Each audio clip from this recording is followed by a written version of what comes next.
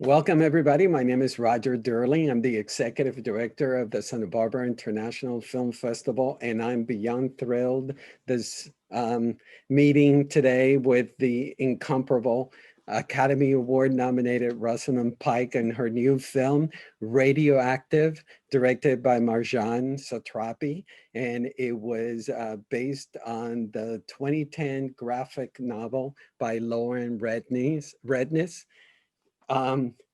Rosamund, incredible to see you. It's lovely to see you, Roger.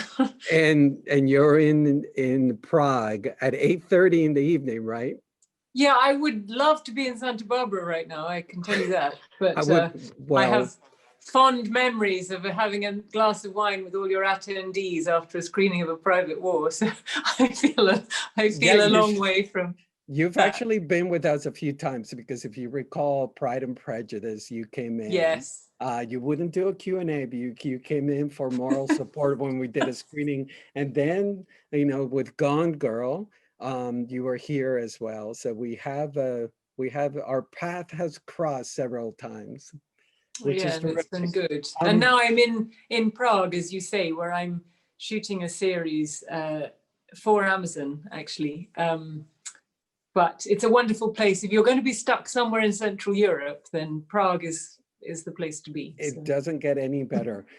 Let's dive in on Marie Curie and your amazing portrayal. I when I was watching it again last night, preparing for this second time seeing it, I was struck by the fact that there's two sides to this character. There's almost like two roles. You have this quiet, very focused scientist, and then there is this well of emotion in her private world where am I right to go that route, that there was almost like two sides to her? Yeah, you're the only person who's actually picked up on that, Roger. It's who I've spoken to about it in detail, and the interesting thing is everybody knew the formidable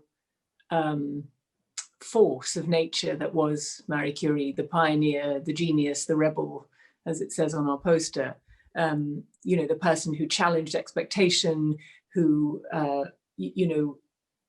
fought against some of the great names at the Sorbonne and was a challenging tutor, and stood up to the French Minister of the Interior when demanding the money for her Petite Curie, the trucks in World War I. But what came to light a year before we started filming was this very, very private journal that she'd kept in the days after Pierre, her husband, was killed. Mm-hmm. And I get tingles when I think about it, because Marjane Satrapi, I went to meet her in Paris, and she handed me this envelope over breakfast, and she translated a page of this journal, and it's the most moving, just raw, passionate, detailed depiction of the cataclysmic loss of somebody who you adore. It's like a cry of anguish. The words she describes, his head, his eyes, his kissing his eyes, his holding his head, looking at that dear, dear face. It's a Marie Curie that you would never have expected to meet on that personal level. Mm-hmm. And that was published and released, well, not published, but released into the sort of public domain by her family the year before. And I thought that's the greatest gift I could be given in preparing the role, because this is what she kept private. This is what she felt. She didn't have the need to put that on show for the world to see, but I've got it and I have to carry it, and I'll carry it through the film. That love that then morphs into that grief. But on top of that, I can still be, practical and demanding and argumentative, and the other side, as you say. So I did see it like that. I want to grab onto something that you mentioned, that everybody knows her name and everybody knows her achievements, of course, but there is so much that we don't know about her that you explore in this film. I want to bring up the fact that I was was really moved by the fact that she grew up in Russia occupied Poland. I didn't know that, and how that informs your performance. Can you go into that? Marie Curie was born Maria Sklodowska in Poland, and she was from a very interesting family of educators. Her parents ran a school, and they had to speak Russian, and so and girls were not really supposed to be educated at all. So Maria Sklodowska and her sister, they joined this thing called the Flying University, which was basically a kind of underground, like a sort of speakeasy type of university, which was forbidden. They met in secret. So she was by the time she came to France, she'd had many years of flying in the face of oppressive ideas or people who were trying to stop her getting an education. So she was unruly already. She had that element that was going to fight for what she believed in no matter what. And originally she didn't know if she'd get to France, because she went to work as a governess to support her sister, who was older, going to France to study medicine. And at one point she actually gave up on her ever being able to get there herself. And then Bronya, her sister, got married and said, okay, Maria, it's your turn now. I'm settled, I'm earning money, my husband's a doctor, we're going to pay for you to come. So they paid for her to come, and she found it hard at first. And it was interesting that even in the motherland, even in the country that she adopted as her own, and changed her name to the more French Marie from Maria, and married Pierre Curie, when she had that scandal that beset her later in life after his death, suddenly she was the foreigner again. Suddenly, France, having claimed all her successes as their own, suddenly, kicked her to the curb again and said, she's a foreigner, she's breaking up the nuclear French family. We've always thought, haven't we, that France was the number one place to have an affair without any, without any fallout, but not so for a foreigner when your country's on the brink of war. You mentioned earlier the fact that she's unapologetic. She has no filter. She's outspoken. She's bold. How were you concerned about, and I also, one of the things that I love about the character is that she is sometimes unpleasant, and I mean that I admire that. Were you concerned at all about her remaining likable to the audience when she is that forceful and sometimes unpleasant? Well, I relished it, to be honest, Roger. I could have played her sweeter. I could have made choices that were sweeter, but I didn't see her as that. I thought if she was sweeter, she might be a lovely person to spend a couple of hours with in a movie, but she wouldn't be Marie Curie. I thought about it carefully, and I was blessed in having Sam Riley as Pierre, because he found the way I was playing her eccentric and charming rather than difficult and threatening. Now, if I'd had a different Pierre, I couldn't have played her like that, because we see her for much of the movie, we enjoy her through Pierre's eyes. And because Sam's Pierre was sort of man enough to contain a woman like that, who was unruly and difficult and sometimes abrupt, and did things sort of very sort of short on natural social grace, because he found it lovable, I think we as an audience can find it lovable too, I hope. And that was one thing. And the other thing is that I thought, God damn it, I'm going to try and play the central character in a film and try and be afforded the same leeway that I would be if I was a man playing a male genius in a film. Oh, wow. I think if you're playing Mozart, or you were playing Einstein, or you're playing even a sort of a fantastic sports figure, singer, anyone who's considered a genius, they're given endless slack as a man to be difficult, to be womanizing, to be rude, to fall apart, you know, through drugs or alcohol, whatever it is. You know, they can have as much rope as they want to hang themselves on, but they're still a genius, you know. So I wanted to see how far I could push it as a woman, I suppose. And but she never lets her gender define who she is. I mean, Very true. I love the moment in the ambulance with her daughter where she tells her, you know, I've had more struggles. I'm paraphrasing, of course. I've had more struggles with funding and you know, finding money for my projects than struggles as a woman, right? It's I that. love that. I love that line too. And it was we put that in after Marjane Satrapi, our director, had a meeting with Marie Curie's granddaughter, and she said there were two things that she hoped from this film. One, that, you know, the true stature of her grandfather, i.e. Pierre, as Marie's total collaborator, partner in everything, would come through loud and clear, which it does. And two, that she was not a feminist. Mm. You know, that was what her granddaughter said of her and what she wanted our film to convey, you know, that Marie Curie fought for what she did as any eminent, intelligent, brilliant person would, not because she was a woman. Mm. And I think I admire her because she lived equality as her right, because she felt she owned and earned her place on that stage of world science. She, you know, she never really felt she should be given any special dispensation for being a woman. And I think she didn't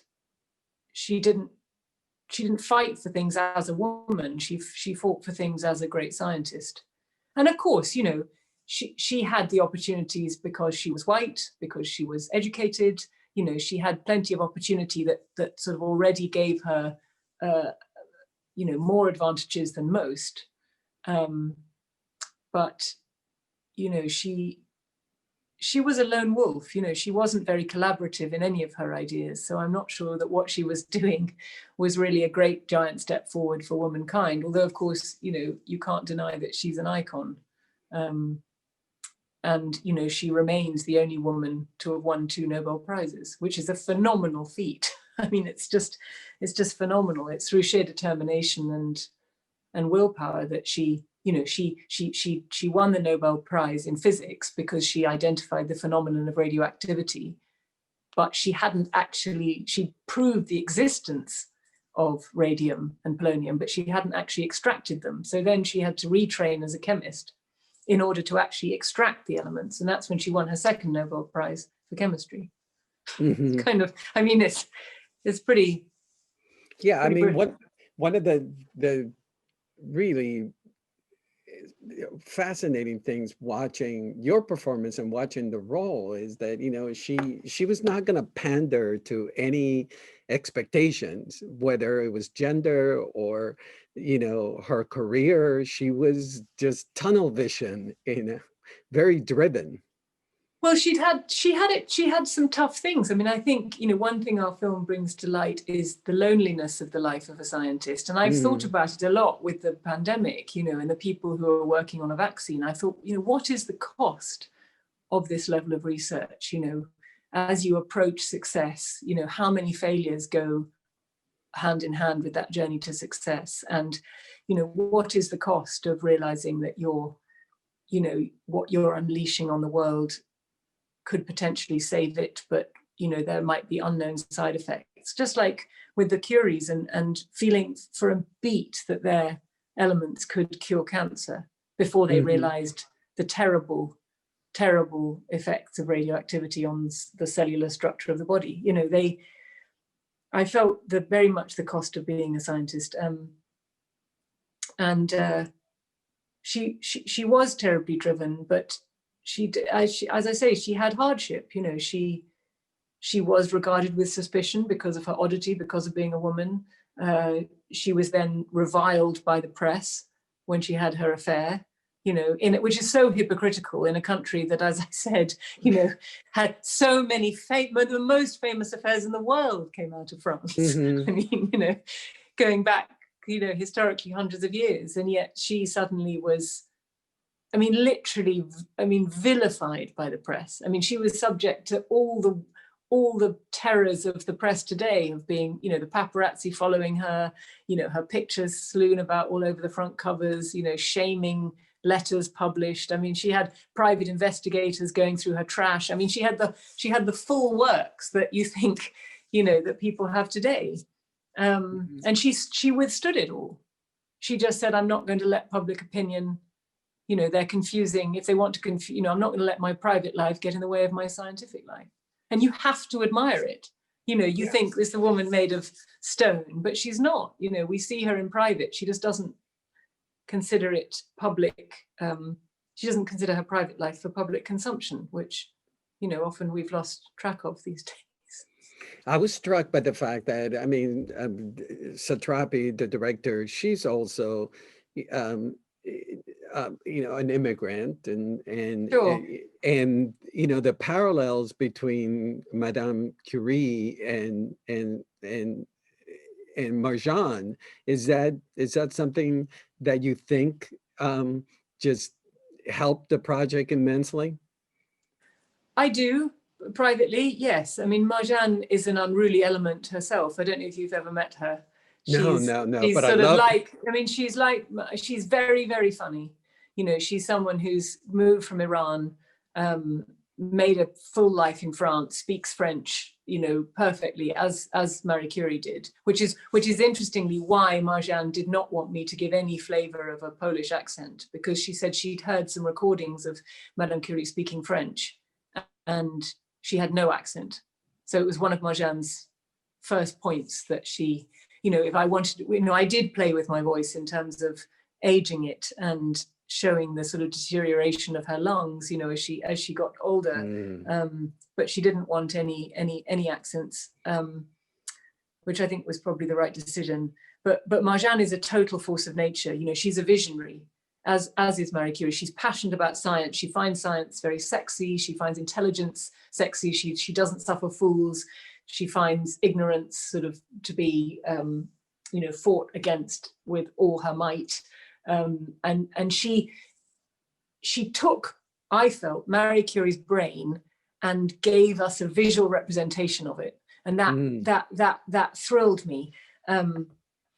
Because I thought, yes, this film legitimizes jumping forward in time. Yes, we can go to the terrors of the atomic bomb. Yes, we can go to Hiroshima, because if anyone could have premonitions of the fallout of this discovery, it would be a mind like Marie Curie, right? So when Marjan showed me her animatics, because it comes from a graphic novel, and of course Marjan was made famous by being a graphic novelist herself, and she drew these beautiful animatics of her ideas. So this moment after Pierre dies, she said, I want you, in the room, I want the whole room bathed in radium. And you start to, through your tears, we start to see constellations, almost like molecular structures, forming and disappearing and reforming.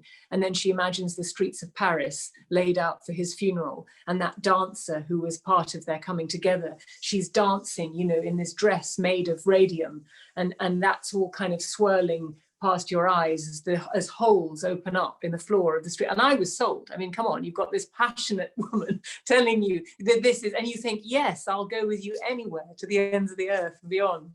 This has got to be the way we get hold of Marie Curie's brain. We've got to sort of spill it out passionately. If she seems reserved in her dealings with others, then we've got to show the passionate nature through the visuals. We've got to have that sort of erotic spew of ideas coming out visually through the film. So that thrilled me. I hope that's what people feel when they watch it. Oh no, absolutely. I mean, there is so much follow-up that I want to do, and so many things that you've said just now, but I was telling a colleague of mine that I was so fascinated as the movie progresses, watching the saturation of the green color in the set and the hallways of your apartment, etc. Is that something that helped your character to see that progression? Yeah, yes, we did. And there's all sorts of things that kept coming up. Anthony Dodmantle kept playing with pink and green.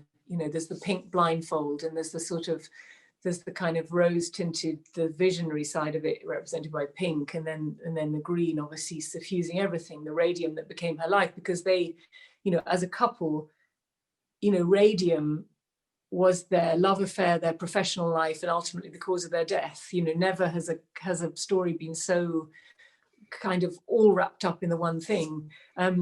But also there were lovely things like, you know, the point where I'm boiling milk for my children and the pan overflows, and it's sort of like the atomic bomb. I mean, it's like a sort of mini mushroom cloud in a pan. That's part of sort of bad mothering in that moment. But you suddenly, you know, you go to something, a white cloud of far more devastation and drama in the bigger picture that's going to come a few years later. So, I mean, you know, Anthony Dodd Mantle is he's a punk, and he's a great visual artist, and him and Marjan, you know, there's a kind of seam of punk, I suppose, running through the film. I mean, we didn't take it to the extreme of sort of having Marie Curie not dressed in period and whatever, but I think the spirit of rebellion is kind of at the core of the film, really. Oh my goodness, there's a few follow-ups I want to do on what you just said. And one of them, let's pick up the clothing. And she shows her individuality in the clothing. And you know, can you talk about that? I mean, it was very striking to watch the way you were dressed, and did that help you? And I also love the color scheme that it's mostly grays and blues, which in my brain, I was thinking about chemical components because of the coloring of the clothing, etc. Is that, am I imagining things? I mean, I think a lot of, no, I think all those kind of, those pitch blend colors, all that, you know, you've never seen her more excited than when 40 tons of pitch blend arrive on her doorstep. I mean, I think, you know, science in their day was hard work. It's not the sort of, you know, it's so different from how we imagine it now. You know, so much of the sort of, you know, boffin like puzzling out of things, you know, it was hard labor, you know, grinding this more raw material down in great iron bathtubs in their yard, you know, hours and hours of labor that they undertook. So, you know, grime and soot and dirt and texture had to be in the costumes. And Consolata Boyle, our costume designer, is a very clever, insightful person. I mean, she says that the costumes are the last thing that comes out of her. She has to be so deeply fascinated by the characters that the costumes sort of appear. And weirdly, Consolata buys material when it speaks to her, you know, rolls of material. And the uncanny thing is that she had these materials for years in her house in Ireland that then we realized mirrored completely dresses, the fabric of dresses that were in photographs of Marie Curie. You know, that thing where certain fabrics call you and you don't know that in 5 years you'll be making a film about Marie Curie, and that is where that fabric will go. So, and then her sort of almost modern, the lab coats, you know, in the lab coats kind of take a woman out of period. I always think that's really interesting. There's something about the lab coat that's so timeless.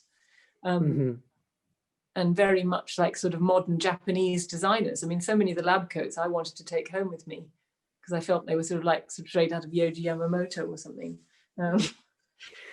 You also, you know, mentioned in the boiling the water about, you know, her parental skills, but one thing happens in the movie that is so unexpected for me that I just assumed that her daughter, her, you know, Irene and her would be estranged, and instead, the last 15 minutes of the movie, you see this. I'm glad that Sam is not here on this call. The richer relationship I see in the film is you and Anya, the mother-daughter. I almost wish there had been this whole movie with you and her through the ambulances, and I mean, it was such a complex relationship that you have with that daughter. Yeah, it's interesting, isn't it? Because you're absolutely right. We're schooled to expect that with that level of sort of benign neglect, I mean, I wouldn't say it's, you know, that's why I say benign, but it's, you know, that the relationship would be broken if not strained. And Marjane was very attached to that idea that, you know, she loved them in her way, which was to observe them almost like scientific experiments. That's why she had that copious recording of their measurements, which is very endearing, really, even though you think, oh, is that the best you could do? But there is something, you know, that's her way. Her way is to look very closely and record all the details. You know, that was her way. But I loved the stuff with Anya too, and Anya's husband, who's in Frédéric Joliot. I love that scene because that was such a joy for me to get to play the really difficult mother at the first meeting of the, you know, your daughter bringing her new love home, and get to really give him a grilling. I enjoyed giving him a grilling very much. I thought it would be so different from what I would be as a mother myself. I'd be desperately trying to make the poor guy feel totally at ease and comfortable. So I really relished doing the exact opposite. Mm-hmm. Do you have a PhD? But then once she find the commonality, the fact that, you know, she becomes a whole different person. And she recognizes her daughter in her, because of course there's that very exposing moment where she says, I wish you wouldn't do this because I know that it's dangerous to deal with these elements. And her daughter says, of course I'm going to do it because I'm just like you. She doesn't say I'm just like you, but that's the inference. But she assumes. And then it's actually, you know, and that's the part that is so just so uplifting about the relationship, is that she, you know, Marie is a role model to her daughter, and her daughter obviously follows in her footsteps and wins a Nobel Prize to boot. You know? Well, I know, and it's you know, and I think, you know, with a film with a life as big as this, you know, it's very, you know, as we know, it's terribly hard to make a film, and this film is so ambitious in its scope, and getting the balance of all these complex relationships right, and, you know, not sacrificing those flash forwards, which to me are so much part of the fabric of a poetic meditation on radioactivity, really. I think that's what the film is. It's a biography of radioactivity as much as it is, or more so than it is, a biography of Madame Curie. All the talk that your character does about the science, was it fun to immerse yourself in the subject matter and study it? Because you obviously had to study it, right? Yeah, I had to study it. I had chemistry lessons. I had a chemistry tutor come to my house after my kids went to bed. It was like night school, a bit like the Flying University again. And I started at the beginning, you know, and I had to understand where her discoveries, you know, what was the contemporary work that her discoveries were able to grow from, like the study of phosphorescence, and which was a sort of the idea of things that emitted rays, that then led on to Marie Curie realizing that that uranium ore emitted rays and gave off energy without interacting with any other chemical or element. And that was the first time anything had been seen that was emitting energy through a reaction that was happening in its own core. But she then tested, obviously, the uranium ore, and she thought it was uranium that was the magical element. And so she then extracted uranium, tested it, but realized that the reading she was getting off the ore was so much more powerful than the pure uranium, which meant that she knew that there was another element existing in that compound that was more powerful than uranium itself. And then she just had to set out to prove it and then extract it. So, I mean, it was very thrilling to understand, to feel that I could understand what radioactivity is and be able to explain it to someone. I mean, that was quite an achievement. It was hard brain work, I would say, but you had to. I mean, you couldn't play Marie Curie and just fake it. You couldn't. I couldn't. It'd be such a sort of sacrilegious, I think. you know what a big admirer I am of your work, and you transform yourself physically. We've seen you in other roles, we've seen you in person, but when I first started watching the film, I saw a whole different character, and it came from physical movement. I mean, you had a different gait for Marie Curie. As the movie progresses, I see shifts physically. As you get older, it's not just makeup. You walk slower, you bend in a different way. Um, can you tell us about that calibrating? Yeah, thanks for those nice things that you said. Thank you. I did this back to back with A Private War, actually. So I'd come from this very sort of shape-shifting few months as Marie Colvin, and it was sort of then in my, I hadn't really got comfortable in my own skin as Rosamund. So then I needed to sort of jump quickly into the skin of somebody else. And you have to go on information that you get from photographs, and because there's not any visual footage of her, video footage. So one thing I noticed is that she was almost always in motion in the photographs, even when the photographer is probably desperate for her to stand still. So I thought she's very busy. There's this drive that's driving her forward. I think she walks fast. She talks fast, and she's also left-handed. Mm-hmm. And I thought, I'm going to see what happens if I start to do everything with my left hand, how that changes things physically, and whether that rewires my brain to become a genius. I mean, that would be brilliant if I could just get the left-handed gene thing, and it would all the science would make sense magically. That would be brilliant.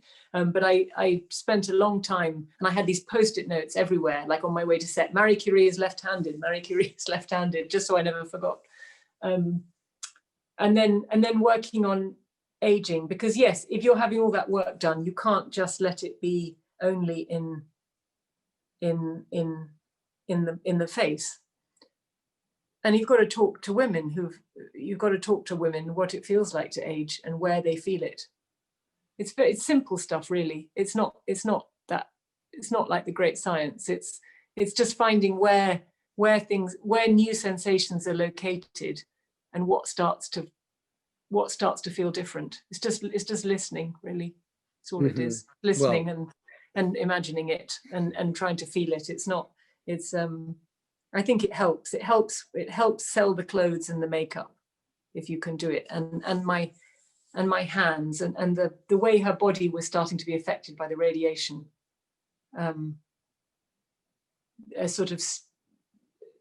a kind of stiffening and a feeling in her lungs, a sort of tightness in her chest, which, as I say, affected her voice. Yeah, the two powerful. But also grief. The other major effect on the body comes from grief. And we know that, grief is the biggest destroyer of. I mean, now I look at a picture of Marie Curie and I can tell whether it was taken before or after Pierre died, because her face completely changed. Mm. And did you get to shoot the film chronologically, or No. And was that difficult calibrating the fact that she goes from 24 to 67? And yeah. I think the secret of playing 20s is you've just got to make sure that nobody who's actually 20 is anywhere near the shot. I think that's what you have to do. You have to make sure there's no passers-by on the street who are the right age. mm-hmm. And then you'll buy it. Yeah, it was, yes. And often I'd have to age. I'd start the day old and get younger towards the end of the day, because the longer makeup time is for the older one. Thank the Lord. And is that something difficult? I mean, you said you put post-it notes and around. Is that something that you calibrate? If so you sort of how old you are. Yeah. Yeah, yes, but I think that comes with how you look, because your face feels different, because I had little prosthetics on as I aged. you know, there were basically sort of two main ages, and obviously the much older one, which is you know, she's an older 67 than someone would look now, 67, but she was severely compromised by the radiation. So if you see the pictures of Marie Curie, she looked more like someone of 87 now when she died. I mean, it was funny. I was telling someone, I forgot about it. I was speaking to Sam earlier, and I remembered, you know, that the left-handedness. I remember the hardest thing. I managed to do everything, like scrape the crystals and, you know, do all the weighing and operate all the machinery and do the experiments and fire the Bunsen burner, all with my left hand. The thing that really got me was having to write the equation on the board, on the blackboard, with my audience at the Sorbonne. And I remember one day we were in the shoot, and there was a full crowd of, you know, young Hungarian background, you know, all being sort of brilliantly attentive to my scribbling. And eventually I got so frustrated with not remembering the equation that I drew this massive penis on the board. And I thought I just have got to do it. I mean, I've got to be Marie Curie with this great big chalk cock behind me. I mean, you know, why wouldn't you really? So I apologize to all your audience at Santa Barbara if I've shocked you and you know, you never want me back. But you know, sometimes when you're just taking yourself far too seriously, you've just got to puncture the bubble. Yeah, you need to apologize to the high school students from the petty school that are listening. Oh my gosh, I need to apologize to them too. Never do that. Never ever draw a penis on the blackboard when your teacher is out of the room, because they will come back and they will catch you and you will be roundly reprimanded. Speaking about the left hand, the two moments that I find very moving is when she's getting all the adulation at the Sorbonne, walking in, and then the Nobel Prize winning, and then you stop, and it's the left hand that tells them to stop. She can't take it anymore. It's very moving, and that's when I noticed the left hand, that you raised it. You are so observant, Roger. You're like a sort of you watch with such careful eyes. It's so amazing, because you sort of you're the audience that we do it for, I guess. It's that scene was actually one of the most powerful, and it was on day 2 that we shot that scene. Which one? The Nobel Prize? The Nobel Prize, the Nobel Prize acceptance speech. And you know, there's a shamanistic sort of quality to acting in this job sometimes. You know, you're meditating so profoundly on the life and work of the person that you're playing and willing to bring to life, and you're sort of willing somehow their spirit to jump out of the photographs and inhabit you. You know, you're sort of willing that to happen. And there was this moment during that, doing that speech, where Sam was actually standing behind me as Pierre, because at one point we thought that the camera might sense a presence, that she felt he was with her, but that didn't end up in the film. But we both independently felt something so strong in that hall, like I just felt completely, I can't really describe it actually. I'm trying, but maybe it's what you see in the film. But afterwards, Sam, you know, he had been behind me. He said, "My goodness," he said, "we've got something strong on our hands here." And it was like somehow their spirits were alive. That's all I could say. It was very weird. And it happened to Marjane too. She went in Paris to the street where Pierre was killed, because she wanted to see exactly where it happened before she recreated it in Budapest. And she got there, and she was on her own. It was a rainy day, and she got there and she stood there and she was thinking about how she was going to convey it. And she looked up and the sun came out and there was this big rainbow just right over the spot. And she thought, okay, Pierre, I'm here and I'm going to do that justice for you. It was, so there's, you know, you get these sort of uncanny things that happen sometimes, feelings. I have to ask you about, I'm obsessed with Simon Russell Beale. He's to me, I've seen him a few times on stage, and I think he's Yes, me too. the greatest theatrical actor, stage actor. And what was it like working with him? You have a few pivotal scenes for Yeah, those of I you. mean, I He's was so listening. lucky it was Simon. He's a fascinating man. He's like a sort of Renaissance man. He's terribly into music. I think he lectures on opera. He's Mm, very, very brilliant in sort of all kinds of things, which he's very, very modest about as well, as you can imagine. Um, but he was a great adversary. Yeah, he was a great adversary. That's what you hope. As I've said before, when a lead woman, it's sometimes hard to find good enough men to turn out to support a leading actress. yeah. They'll all turn out to support a male actor, but sometimes people are reluctant to play a small part um, to support a woman. It's just the facts. Hmm. So whenever somebody brilliant does show up, you really appreciate it. Hmm. And last question, what would you think Madame Curie would think about this whole year, this 2020, and the pandemic and everything that we're undergoing? Oh, I thought you were going to say, what would you think about the film? And I think she'd think it was absolutely ridiculous and a colossal waste of everybody's time. I thought, how on earth? She'd probably think, how on earth can you waste 2 years making a movie? And then, when you could be doing something really useful. I thought about her a lot during this year. And I thought about how much she would have wanted a vaccine for TB, for instance, which killed her mother.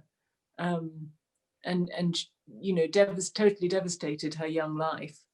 Um, and I think, it wasn't her study, medicine, but I bet if she'd been around, she would have. I'm sure, as all scientists are, who have the capability, they are looking to. To put their knowledge out there, at least. Pray that we listen to scientists and keep seeking out scientists to tell us what's going on rather than listening to all the fake news out there. You know, Hmm. that's what you think. You think, why are the voices of scientists being eclipsed by, often the general public who feel that they know better? What have we got? We're all dealing with the unknown, and science has always made, the invisible visible. And so they're going to the best of their ability, tell us it straight. Science isn't political, shouldn't be. Hmm. Sometimes it's harnessed. But certainly that was one of the joys about Marie Curie, is she was doing this thing for the world, and they fully believed that the benefits of science should benefit the whole of mankind, that it should never be harmed. They never wanted to monetize it. She could have made a lot of money by patenting radium, but she wouldn't do it. They wouldn't do it. And as it was, the sort of irony was that it was only when she came to America in her later life that a group of a wonderful women's society in America clubbed together to raise enough money to buy her a gram of radium, because it had got so expensive to do the extraction that she didn't actually have any to work on anymore by her later life. So it was thanks to this, with the women of America, that she got a single gram of radium that she brought back to Paris. And when war broke out, that was her first mission, was to take it in a lead box on a train down to the south of France to keep it safe from Mm. the German invasion. So I think she believed that science should be for the benefit of all mankind. It's great. Well, Um, Here. Rosamund, you're amazing. It's an You're incredible. amazing. You're Oh, you're you're just wonderful to talk to about stuff. I'd love to oh. talk to you about a film that's not mine. Actually, I'd love to chat about film in general, or another film Well, that you know anytime. To be continued. to Well, be continued. Yeah. yeah, it's an incredible performance. Everybody who is listening, thank you so much. And please spread the word. It's on Amazon Prime, the remarkable Rosamund Pike and Radioactive. Thank you so much, Rosamund. Thank you, and thanks Yeah, everyone for listening. And yeah, yeah. Stay well. Yeah. Thank you. You too. Bye. Bye-bye. Bye-bye.